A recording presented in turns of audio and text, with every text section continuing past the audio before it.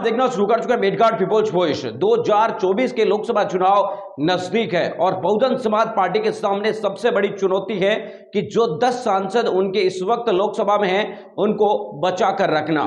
अगर लोकसभा में उनका 10 जो सांसद है वो नहीं रहते हैं तो फिर उनका राष्ट्र मान्यता है वो तमाम चीजें खतरे में आ जाएगी और बहुजन समाज पार्टी के सामने कई सारे मुश्किलें आ सकती है। समाज पार्टी ने 2014 का लोकसभा चुनाव अकेले अपने दम पर लड़ा था और उस दौरान भी बहुजन समाज पार्टी मात्र 0 सीट पर सिमट गई थी और खाता अपना नहीं खोल पाई थी और विधानसभा चुनाव में बीएसपी अकेले लड़ी और बीएसपी का सिर्फ एकमात्र एक सीट आई। तो बहुजन समाज पार्टी के सामने कई सारी समस्याएं इस वक्त बढ़ती जा रही है। लेकिन बहुजन समाज पार्टी के अध्यक्ष मायावती जी ने 15 जनवरी को जब उनका जन्मदिन था तो उस दिन ऐलान किया था कि वो किसी भी राजनीतिक पार्टी के साथ गठबंधन नहीं करेगी।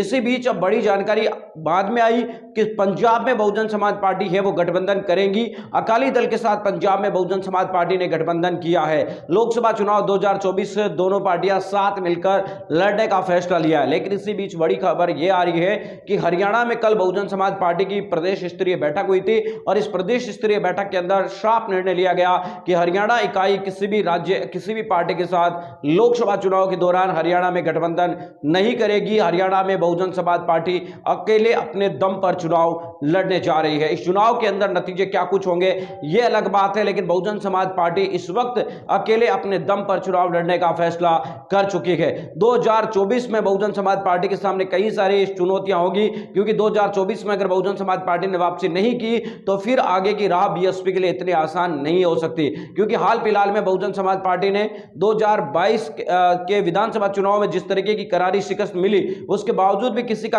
प्रकार का कोई खास सबक बीएसपी ने सीखा नहीं है, ऐसा नजर आता है। तो ऐसे में बहुजन समाज पार्टी आगे किस प्रकार से रणनीति बनाती है उस पर सभी की निगाहें बनी हुई है। मिलेंगे इस वीडियो के साथ, अब तक आपसे लेते विदा।